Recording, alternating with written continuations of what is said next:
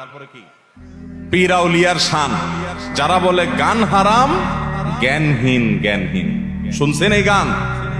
বাউলরাই foul গান গায়, বুঝতে পারছেন?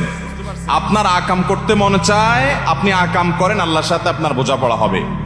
আমাদের সেখানে বাধা দেওয়ার কিছু নেই, এটা আপনার ব্যক্তি স্বাধীনতা। আপনি গুনাহ করেন, আল্লাহর সাথে বুঝেন আপনি, কিন্তু খারাপ কাজ করবেন, আবার কোরআন হাদিসকে বিকৃতি করে আল্লাহর নামে রাসূলের নামে মিথ্যা কথা বলবেন, এই অধিকার আপনাকে কেউ দেয়নি।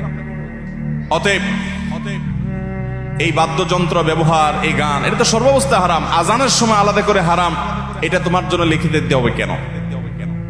সর্বাবস্থা যেটা হারাম, সেখানে আল্লাহর নামের বড়ত্ব বর্ণনা করা হচ্ছে, সেটা আমি তুমি আল্লাহ নিষিদ্ধ কাজটা বলে আওয়াজে ডিস্টার্ব করছো, এটা তো রীতিমতো আল্লাহর বিরুদ্ধে বিদ্রোহ করার শামিল। আল্লাহ তাআলা আমাদেরকে হেদায়েত দান করুন। যেটা সবসময় হারাম, সেটা আজানের সময় আরো বেশি হারাম। আমি সতর ঢেকে ফুটবল খেলি, কিন্তু আমার বন্ধুরা হাফ প্যান্ট পরে খেলে, এই অবস্থায় আমার কি গুনাহ হবে? আপনি সতর ঢেকে